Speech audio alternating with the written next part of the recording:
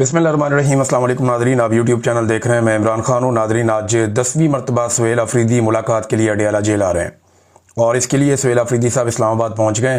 अरकान को ये कह दिया गया कि आप लोग भी पहुँचें और कारकुनों की तादाद भी अब अडियाला जेल के बाहर पहुँचेगी।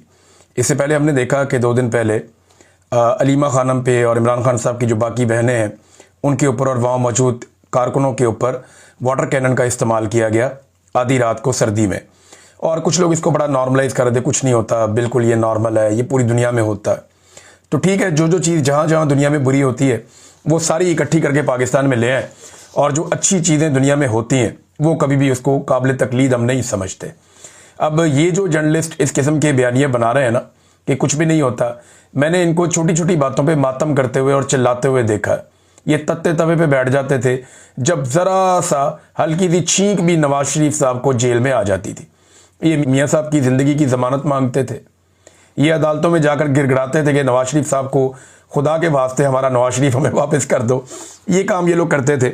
लेकिन आज इन्होंने किबला अपना किसी और तरह का बदला हुआ है। इंसानी हकूक़ के मामलात में इन्हें फ़िक्र ही नहीं है इस बात की, इनका अपना मामला चलता रहना चाहिए। सुहेल अफरीदी साहब जो हैं वो आज 10वीं मरतबा आएंगे निज़ाम को नंगा करने के लिए। ऐसा लगता तो नहीं है कि मुलाकात करवाई जाए, लेकिन अगर मुलाकात करवा दें तो इससे फ़र्क कोई नहीं पड़ता, क्योंकि अब आसिम मुनीर साहब इस्तिस्ना भी ले चुके हैं। आसिम मुनीर साहब अपने सारे मामलात कर चुके हैं, उन्हें ऐसा कोई ख़तरा भी नहीं है। और वो DGI-SPR की एक बड़ी दबंग किस्म की एक प्रेस कॉन्फ्रेंस भी करवा चुके हैं। तो अब मुलाकात होने दें, इससे कोई फ़र्क नहीं पड़ता। लेकिन मेरे ख्याल में ये ज़िद का मामला है, वरना इमरान खान की बीवी की तो मुलाकात कम से कम करवा देते, उनकी अहलिया की मुलाकात भी नहीं करवा रहे। बहरहाल सुहेल अफरीदी का और चंद और लोगों का नाम दिया गया है, वो आज 10वीं मरतबा इस निज़ाम के कपड़े उतारने आएंगे। तो निज़ाम जो है वो हर दफ़ा अपना एक कपड़ा खुद ही उतार के उनके कदमों में फेंक देता है।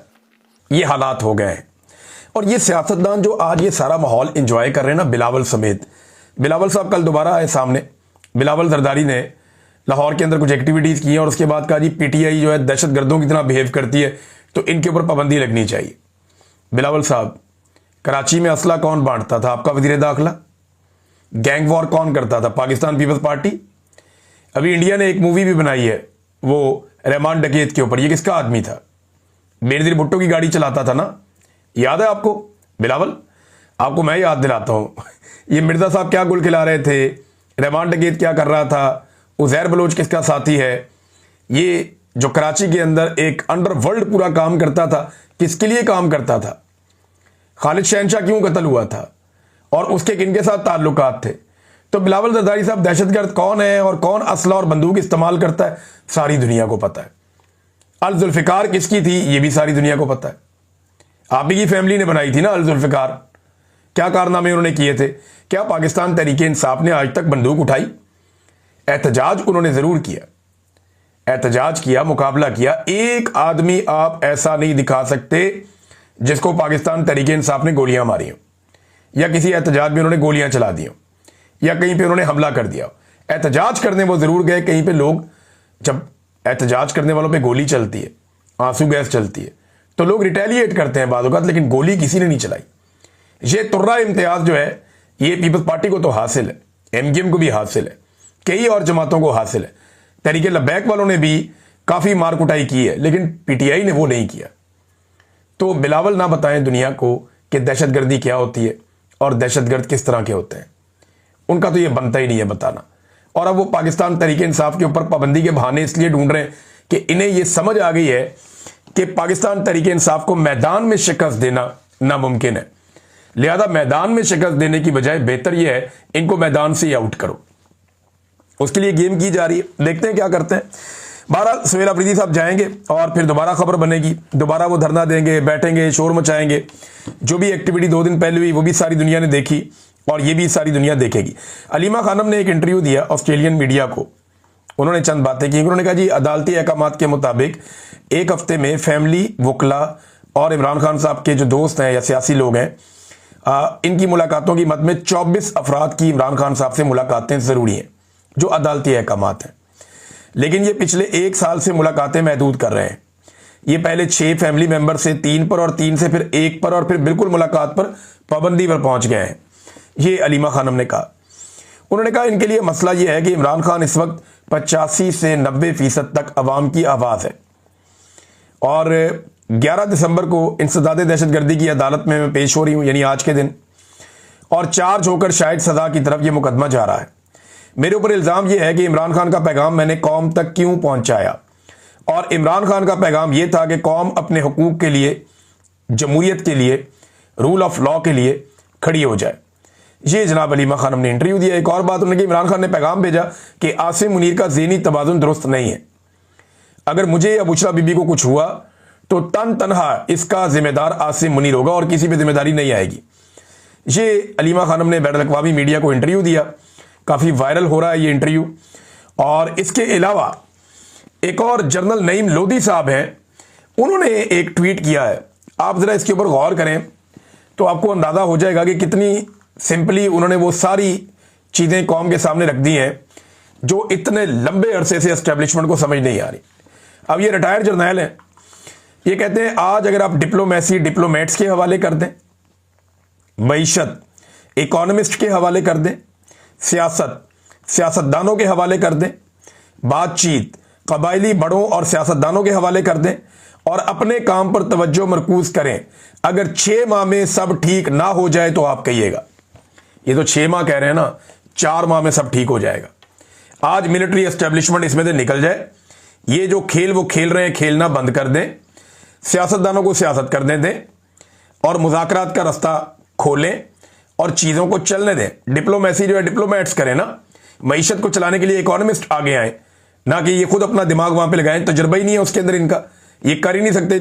जो सारी जिंदगी तरबियत ली है लड़ने की, ठीक करने चल पड़ते हैं मईशत को, तो मईशत कैसे ठीक होगी? वो तो नहीं हो सकती। तो ये नादरीन जनरल लोधी साहब ने कहा है, लेकिन इन्हें किसी की भी बात अभी समझ नहीं आ रही। तो बात इनको जब समझ आएगी तो फिर एक मिसाल इन पे सच साबित हो जाएगी कि अब पछताए क्या जब चिड़ियां चुग गई खेत। नादरीन, नून लीग ने खैबर पख्तूनख्वा असेंबली में नवाज शरीफ का फोटो नहीं उठाया, शहबाज शरीफ का फोटो नहीं उठाया। यानी पीटीआई जहां जाती है इमरान खान का फोटो उठाती है ना, यास्मीन राशिद का किसी पॉलिटिकल लीडर का फोटो उठाती है, लेकिन यहां नून लीग ने खैबर पख्तूनख्वा की असेंबली में नवाज शरीफ का नहीं, शहबाज शरीफ का नहीं, मरियम नवाज का नहीं, बिलावल का नहीं, कैप्टन सफदर का नहीं, उसके बेटे का नहीं, उसकी बेटी का नहीं, किसी का फोटो नहीं उठाया। बल्कि खैबर पख्तूनख्वा का जो सदर है अमीर मुकाम, उसका भी नहीं। इन्होंने फोटो उठाया आसिम मुनीर साहब का। यानी अब यह वक्त आ गया नून लीग का कि वो आसिम मुनीर साहब का फोटो उठाते हैं अपने लीडर के तौर पे असेंबली के अंदर जाके। देखिए, और आगे तो जवाब क्या मिला? जवाब ये मिला कि ये पाकिस्तान का आर्मी चीफ है, ये तुम्हारा तो नहीं है, ये फौज का जनरल है, तुम्हारा लीडर नहीं है। वोट को इज्जत दो कहते कहते बूट को इज्जत दे दी। इनकी ड्यूटी बूट चाटने की लगी हुई है। ये तो खुद आसिम मुनीर का शुक्रिया अदा करते हैं कि इन्हें असेंबली में लेकर आए। तो नादरीन, ये असेंबली में तस्वीर पता क्यों लाई गई थी? ये इसलिए लाई गई थी कि पाकिस्तान तहरीक इंसाफ के अरकान गुस्से में आए और कोई झपट के इनसे तस्वीर छीने और कोई वीडियो बने, उसके बाद कोई बहुत बड़ा मुद्दा खड़ा हो जाए और एक नई बहस शुरू हो जाए मुल्क के अंदर। लेकिन पीटीआई उन्होंने भिगो के लित्तर मारे नून लीग को, लेकिन तस्वीर नहीं उन्होंने छीनी, बल्कि बाद में उन्होंने वो इजलास ही खत्म कर दिया। तो ये नून लीग की औकात रह गई है टोटल। उनकी सारी सियासत का इन्हिसार आसिम मुनीर साहब पर है। नवाज शरीफ पे या शहबाज शरीफ पे या कारकर्दगी पे या इनकी सियासत पे या इनकी मकबूलियत पे, किसी चीज़ पे उनका इन्हिसार नहीं है। इनका सारा इन्हिसार आसिम मुनीर साहब पे है कि वो इन्हें बचाएंगे। और आसिम मुनीर साहब को ना, मैं एक वैसे कभी मैं मशवरा देता नहीं, किसी को भी नहीं देता, लेकिन यहाँ हालात इतने ख़राब हैं कि उन्हें चाहिए कि अपने जो मुशीरान है ना, उनको ज़रा तब्दील करें। ख़ास तौर पे जो लोग उन्हें तकरीरें लिख के देते हैं, उन्हें बताते हैं क्या कहना है क्या नहीं कहना। कोई भी असरदार बयानियां बनाने में पाकिस्तान की मिलिट्री एस्टेब्लिशमेंट अभी तक मुकम्मल तौर पे नाकाम रही है।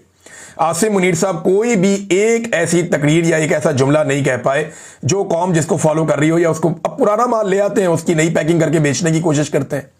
यानी वही बातें जो ज़िया उल हक के दौर से चली आ रही हैं, वही बातें जो मुशर्रफ के दौर से चली आ रही हैं, जो बातें गुज़िश्ता डिक्टेटर्स कह चुके हैं, वही बातें दोबारा होती हैं। यानी हरमैन शरीफैन की हिफाजत वाला जो बयानिया है, वो आपको याद है कि जनरल मुशर्रफ ने भी बेच दिया था, जनरल ज़िया उल हक ने भी मादी में बेच दिया था। अब तो यानी हमारा एक नया बयानिया होना चाहिए कि हम हमास के हथियारों से इसराइल की हिफाजत करने जाएंगे और इसराइल के तहफ़्फ़ुज़ की ज़मानत जो फ़ौजें देगी, उनमें एक पाकिस्तान की फ़ौज भी मुबैना तौर पर हो सकती है। अब तो बयानिया ये बनाना चाहिए। इमरान खान ने रियासत मदीना कहा, उसकी जगह पे जनरल साहब को बताया गया कि आप रियासत तैयबा का नाम ले लें। तो क्या फर्क है? यानी इमरान खान का बयानिया ही अगर आपने बाद में लेकर आना था तो फिर इमरान खान को निकालने का फायदा क्या हुआ, अगर उसी की नकल करनी है तो। और पाकिस्तान जिंदाबाद की जगह पाकिस्तान हमेशा जिंदाबाद इन्होंने लगा दिया। अब जिसने भी ये मशवरा दिया हमेशा जिंदाबाद वाला, उसके तो दिमाग पे मुझे मातम करने को दिल करता है। भाई पाकिस्तान जिंदाबाद, जिंदाबाद का मतलब क्या है कि ये हमेशा जिंदा रहेगा, इसमें हमेशगी शामिल है। ये पाकिस्तान हमेशा जिंदाबाद ये क्या है? आप जोर से कहना पाकिस्तान, तो आगे से सारी दुनिया ये कहेगी हमेशा जिंदाबाद, कोई नहीं कहेगा। जब आप कहेंगे पाकिस्तान, सारे बोलेंगे जिंदाबाद। तो चंगा भला पाकिस्तान का 78 साल से नारा चल रहा था, और किसी बंदे ने यह मशवरा दे दिया कि जनाब आप ना कहा करें पाकिस्तान हमेशा जिंदाबाद। और भाई जिंदाबाद के अंदर जो है वो हमेशगी ऑलरेडी मौजूद है। ये उर्दू को जानने वाला, कोई बुनियादी जानने वाला आदमी भी बता देगा कि ये जुमला ही गलत है। पाकिस्तान जिंदाबाद ये रियल वर्ड है। जब आप हमेशा जिंदाबाद कहते हैं तो जिंदाबाद का मतलब ही हमेशा का है। जिंदाबाद यानी जिंदा रहेगा, तो उसमें हमेशगी पहले से ही आ गई है। बहरहाल लिख के देने वाले भी जो है ना वो नैले ही है। मुझे लगता है जनरल साहब को अपनी टीम के बारे में सोचना चाहिए। अब नादरीन ने कुछ इतलात आ रही हैं और ये मेरे पास बराह रास्त नहीं है। जर्नलिस्ट हैं, रियाजुल हक साहब हैं, कुछ और लोग हैं, कुछ लोगों ने वीडियो भी इस पे बनाई है। वो दावा कर रहे हैं कोई फैमिली ब्लॉगर्स और टिकटॉकर्स को इकट्ठा किया जा रहा है, और बजाहिर यह है कि कोई बिग ब्रदर है जो इकट्ठा कर रहा है और उसको कोई फरिश्ता करार दिया जा रहा है कि बिग ब्रदर जो है वो फरिश्ते हैं, बड़े कमाल लोग हैं। देखिए मैं चंद चीजें सामने रख देता हूं, ये जरा फैमिली ब्लॉगर्स भी गौर से मेरी बात सुन ले। मुझे उनसे बड़ी हमदर्दी है। मैं एक्चुअली ये चीजें देखता नहीं हूं, मेरी दिलचस्पी सिर्फ सीरियस कंटेंट में होती है। अपना रिसर्च के लिए इतना टाइम गुजर जाता है, सारा दिन खबरों के अंदर चीजें पढ़ने में, बहुत सारी चीजें लिखने में। मैं बल्कि किताब के ऊपर काम कर रहा हूँ, कोई डॉक्यूमेंट्रीज पे काम कर रहा हूँ, तो बिल्कुल टाइम मिलता ही नहीं है। फिर कोई ना कोई इवेंट्स आ जाते हैं, पीछे फ्लड था उसमें बहुत भाग दौड़ करनी पड़ी, अभी हर हफ्ते कोई ना कोई इवेंट आ जाता है तो उसमें भी जाना पड़ता है, टाइम मिलता नहीं है। लेकिन मैं इन्हें एक मशवरा लगे हाथों दे देता हूं कि इन्हीं बिग ब्रदर्स की वजह से आज तक पाकिस्तान में इदारे नहीं बन पाए। इन्हीं की वजह से कभी सियासी और माशी इस्तेहकाम पाकिस्तान में नहीं आया। इन्हीं बिग ब्रदर्स की वजह से क्लाशनकोफ कल्चर पाकिस्तान में आया। इन्हीं की वजह से आधा पाकिस्तान 1971 में टूट गया। बलूचिस्तान और कबायली इलाकों में जबरी गुमशुदगियां यही बिग ब्रदर्स करते हैं। उसामा बिन लादेन पाकिस्तान में इन्हीं की वजह से मारा गया।